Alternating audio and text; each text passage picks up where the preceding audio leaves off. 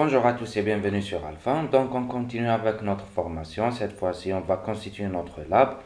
On va vous montrer comment créer les réseaux virtuels, comment préparer et configurer les VM et tout. Donc on passe au plan.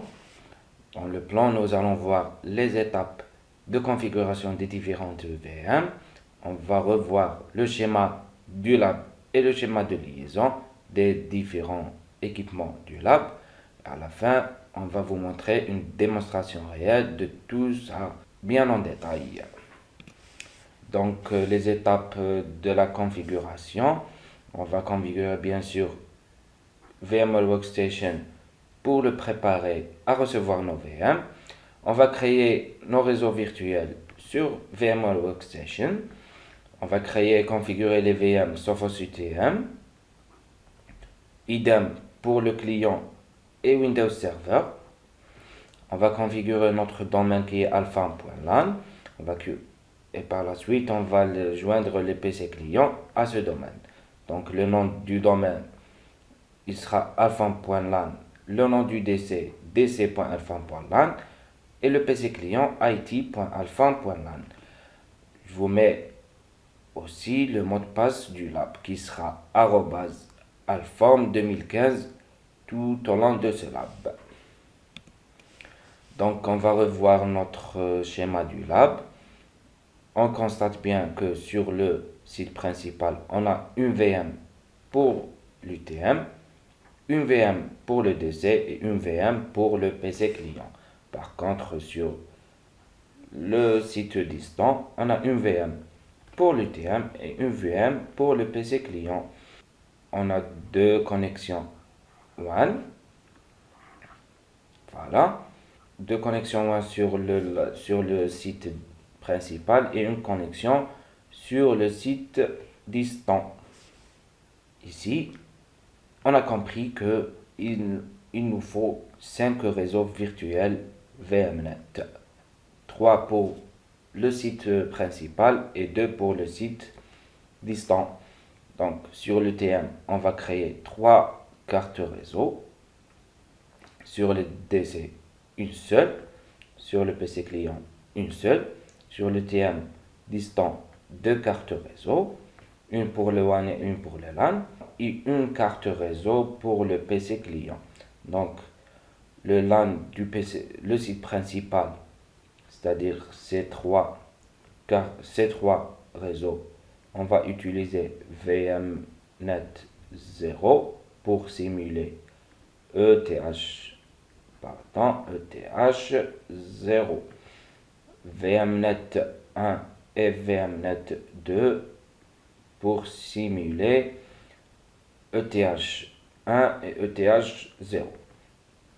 Par contre, sur le site distant, on va utiliser deux réseaux virtuels, le VMnet 10 et le VMnet 11, pour simuler bien sûr ETH 0 et ETH 1. Voilà, on ne va pas perdre plus de temps et on passe directement à la démonstration.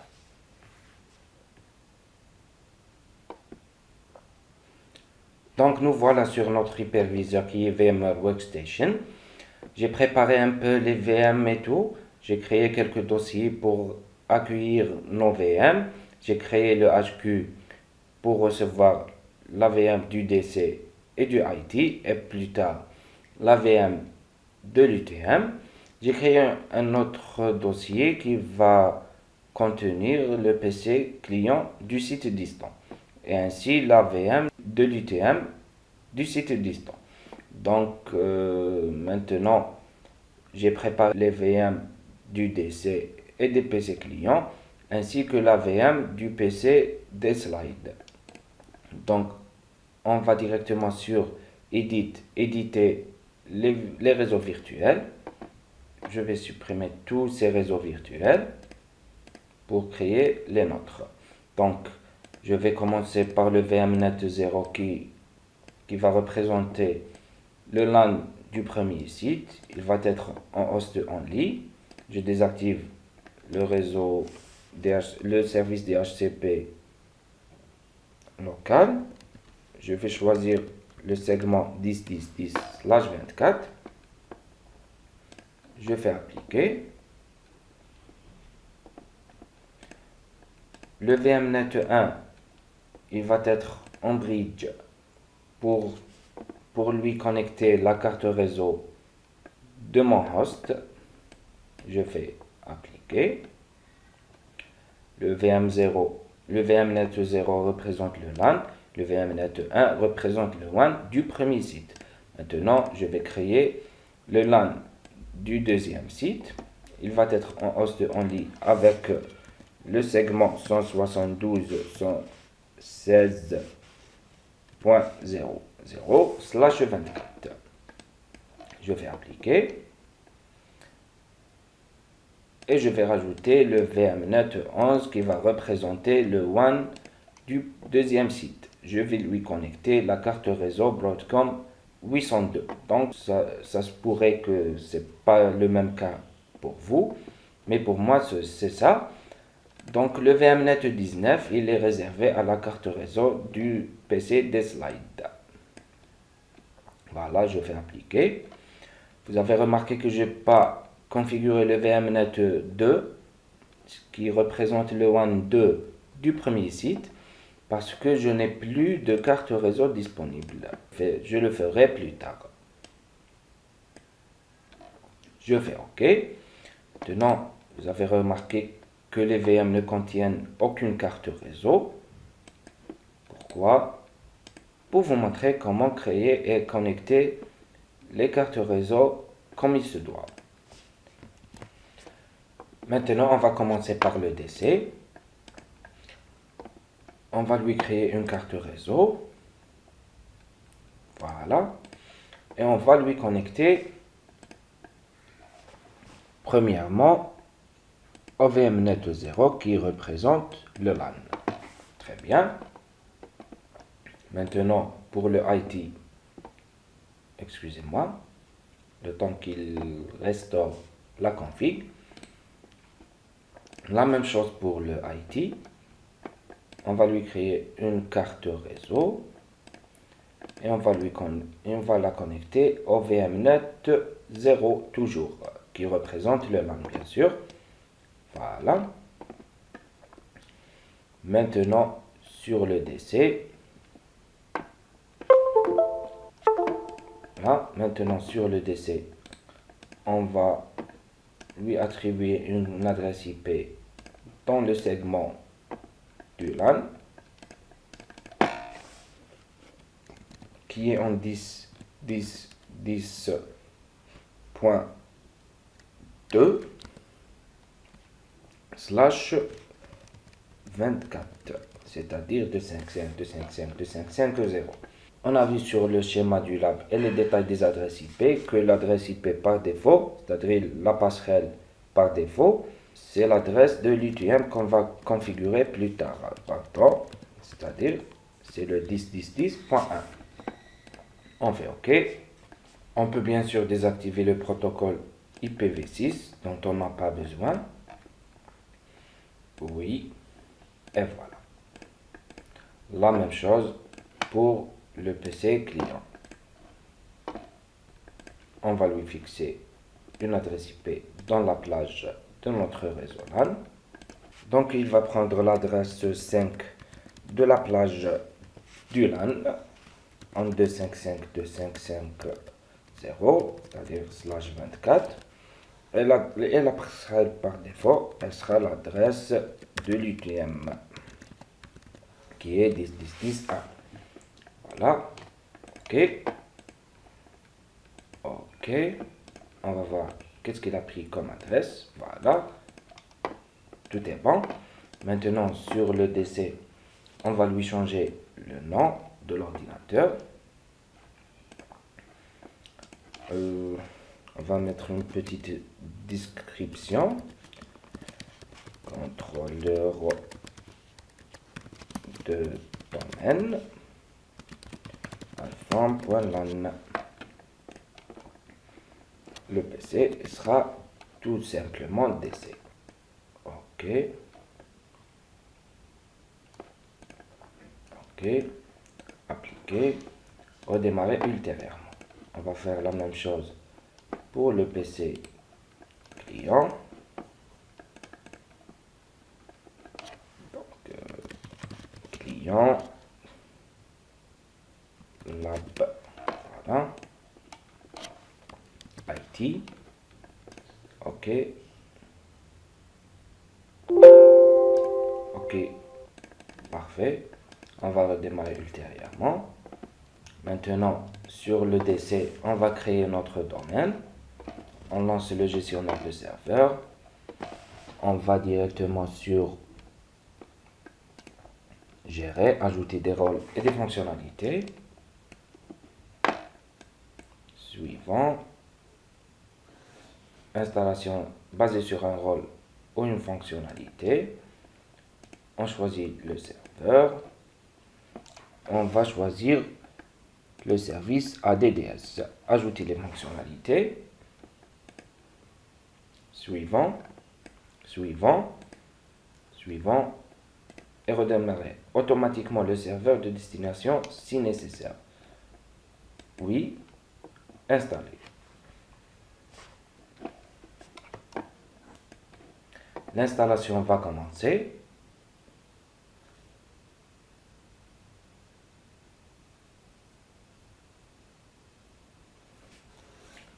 On va attendre le temps que l'installation se termine.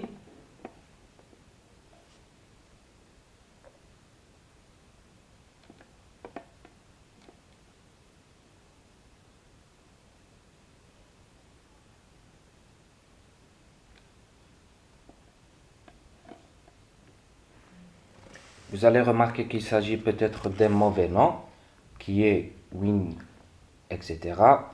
C'est tout à fait normal parce qu'on n'a pas encore redémarré le serveur.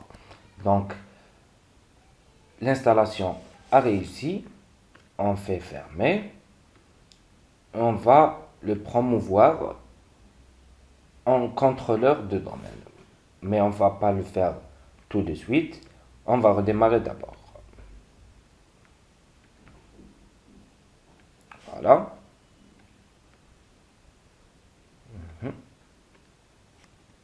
C'est bon, notre contrôleur de domaine a redémarré. Maintenant, nous allons le promouvoir en contrôleur de domaine. On introduit le mot de passe du lab qui est alform avec arrobase 2015. Voilà. On attend le lancement du gestionnaire de serveur. Promouvoir ce serveur en contrôleur de domaine. Voilà.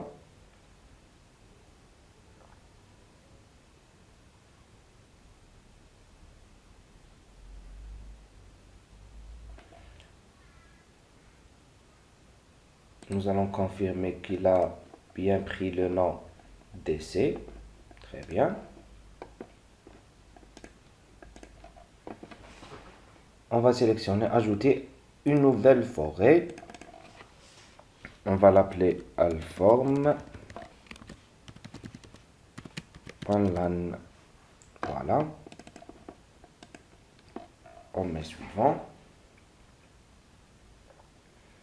Il va créer la forêt.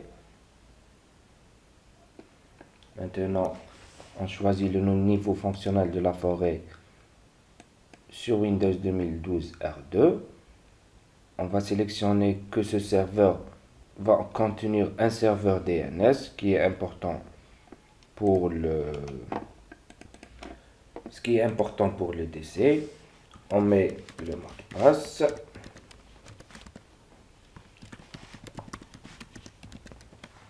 Suivant. Voilà. Suivant.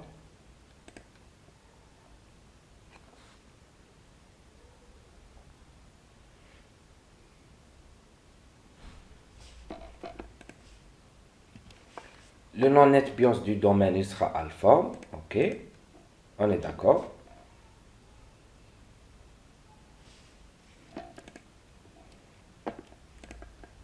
Et maintenant, il nous indique le chemin de la base de données NTDS et 6 vols. Donc, on le laisse par défaut sur ces Windows.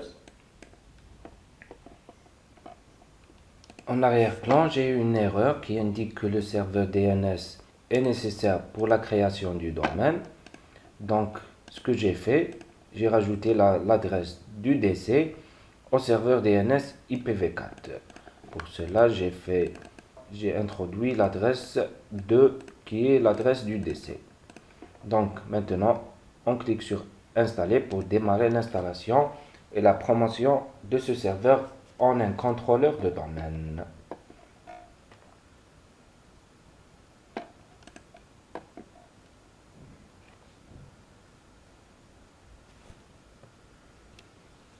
On va attendre le temps qu'il termine l'installation et la configuration.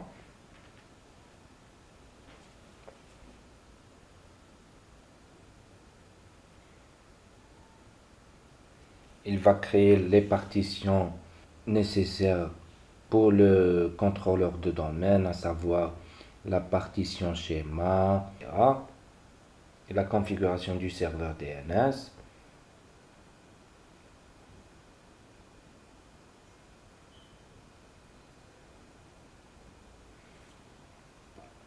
Maintenant, il nous indique que le serveur va redémarrer pour appliquer les changements.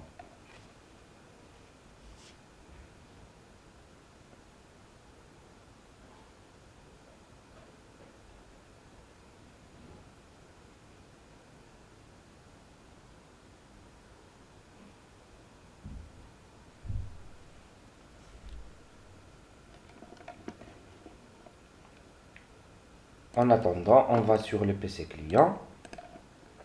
On va lui introduire l'adresse du serveur DNS qui est l'adresse du DC, à savoir 10.10.10.2. OK.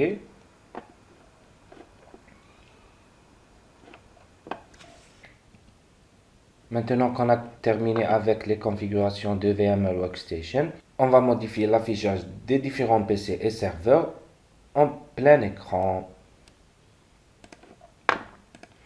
Notre DC a bien redémarré. Pardon. On va se connecter avec notre mot de passe qui est Alform 2015. Pardon. Alform 2015. Voilà. On va vérifier si le domaine a bien été installé. Voilà, c'est bien.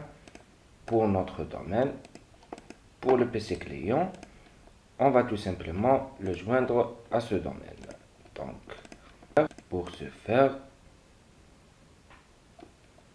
on doit d'abord redémarrer notre PC client. Maintenant, on va le joindre au domaine. Le domaine, c'est alform.lan. Voilà. On rentre le compte administrateur.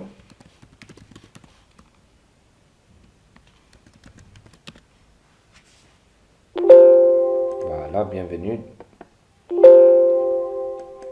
On doit redémarrer maintenant. Sur le DC,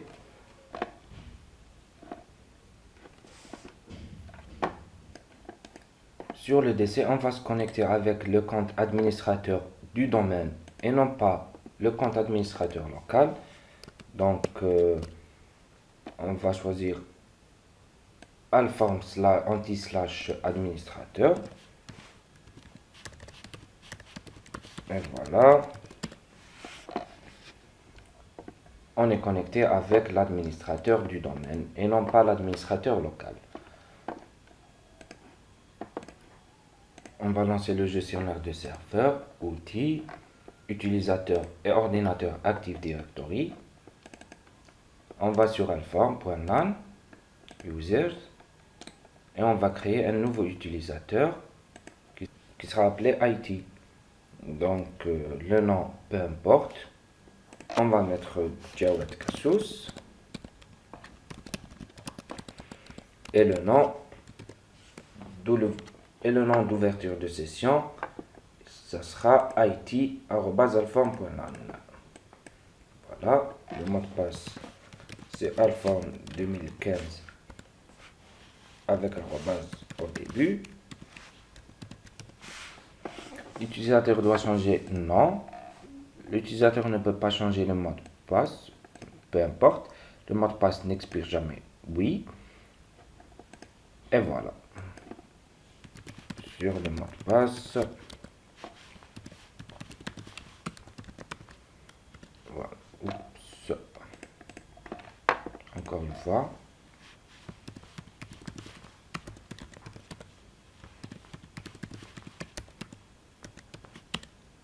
Voilà. Terminé.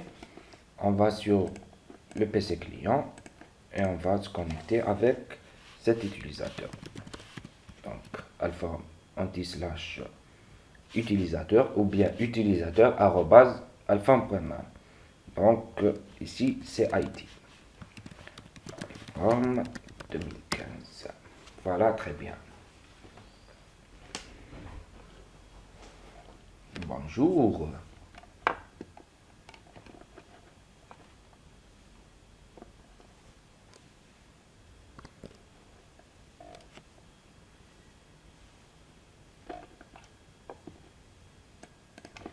Voilà, on est bien connecté avec l'utilisateur Jawad Kassouz qui est IT.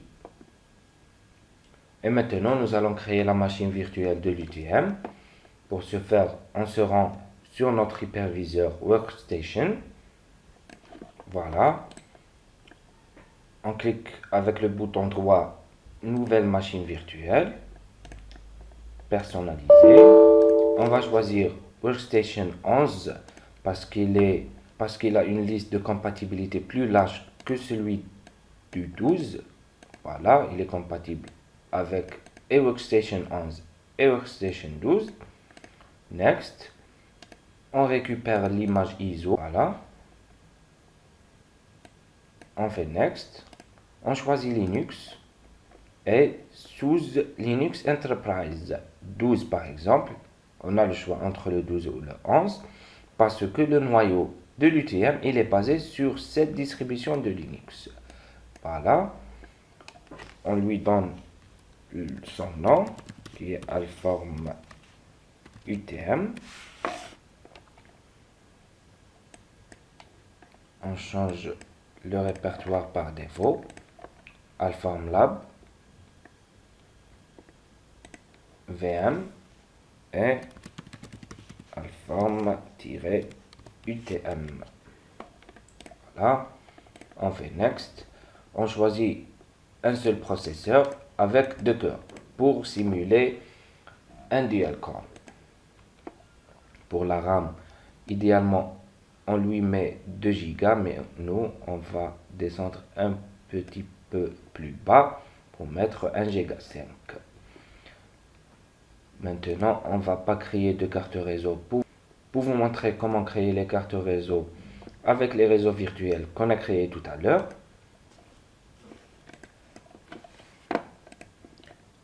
On crée le disque virtuel.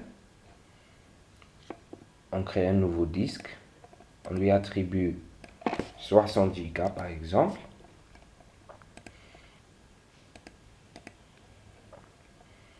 Et on fait terminer.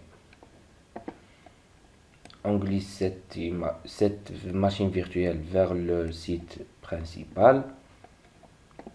On fait la même chose pour le site distant.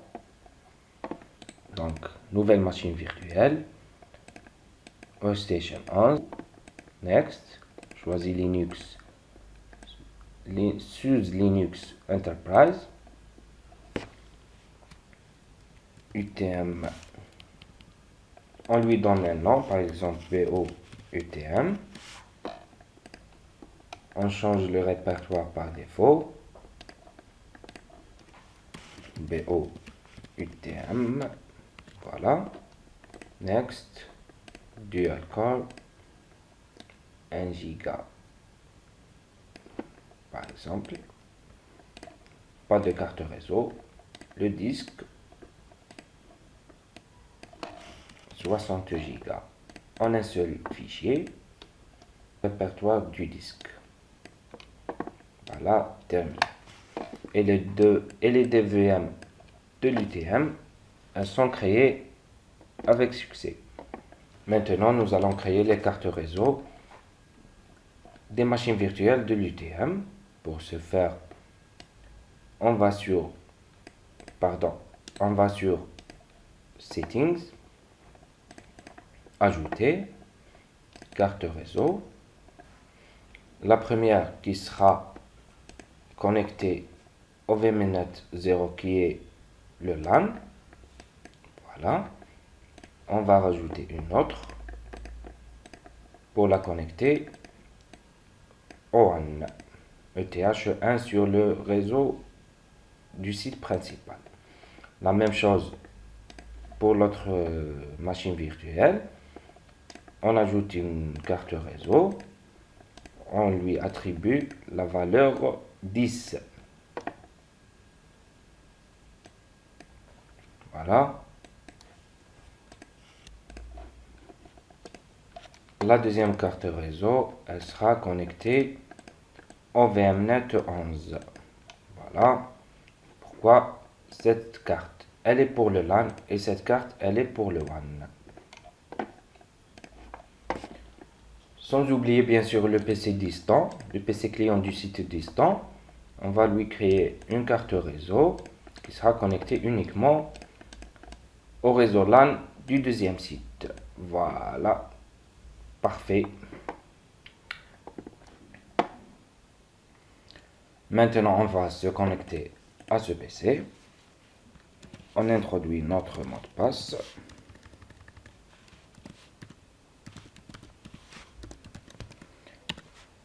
Voilà. On va voir qu'est-ce qu'il a pris comme adresse IP. Bien sûr, aucune. Pourquoi? Parce qu'il n'a pas de serveur DHCP. On va lui fixer une adresse dans la plage du LAN du site distant, c'est-à-dire 172.16.0.5. Pardon, 0.5. En /24, c'est-à-dire 255.255.255.0. Et la passerelle par défaut, ça sera l'adresse de l'UTM du site distant, qui est 172.16.0.1. Et voilà. OK. Parfait. Il a pris la bonne adresse. On va lui changer le nom. On met une petite description. PC client du site Branch Office. Modifie le nom pour Remote PC. Et on va laisser le groupe de travail tel qu'il est. OK. Appliquer. Et pourquoi pas, on va redémarrer notre PC. Voilà, notre PC a bien redémarré. On introduit le mot de passe. Oups. Forme 2015. Oh là là. Forme 2015. Encore. Voilà. On va juste vérifier qu'elle a les bonnes configurations de l'adresse IP. Oui, la bonne adresse qui est 172.16.0.5. Et on va vérifier qu'elle a pris le bon nom de l'ordinateur. Parfait. Donc, on revient à nos slides. Donc, nous avons bien créé la VM de l'UTM du site principal, la VM du DC, la VM du PC client. On a bien créé les différentes cartes réseau WAN et la carte réseau LAN pour chaque machine. Voilà. On a créé aussi pour le site distant la VM de l'UTM et la VM du PC client.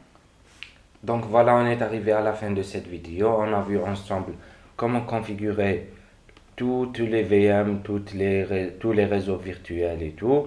On avait le schéma du lab et le schéma de liaison et on avait une démonstration comment préparer notre terrain. Donc je vous remercie pour votre attention. C'est la fin de cette vidéo et à la prochaine vidéo. Merci.